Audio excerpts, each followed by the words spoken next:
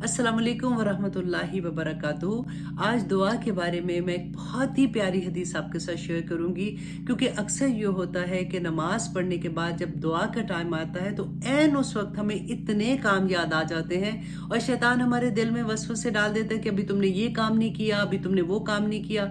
और सारा दिन जो ख्यालात हमारे दिल में नहीं आते वो ऐन उस वक्त आते हैं जब हम नमाज के लिए खड़े होते हैं या फिर हम दुआ के लिए हाथ बुलंद करते हैं। अब आप देखिए कि नबी सल्लल्लाहु अलैहि वसल्लम ने इसके बारे में हमारी क्या रहनुमाई की कि आखिर हमारी दुआ क्यों कबूल नहीं होती है। मुस्नद अहमद की हदीस है 5605, जिसमें रसूलुल्लाह सल्लल्लाहु अलैहि वसल्लम ने फरमाया कि दिल बर्तनों की तरह है और बाज दिल बाज से ज्यादा याद करने वाले होते हैं। फिर नबी सल्लल्लाहु अलैहि वसल्लम ने फरमाया कि ए लोगो, जब तुम दुआ करो तो इस हाल में कि तुम्हें यकीन हो कि तुम्हारी दुआ कबूल होगी।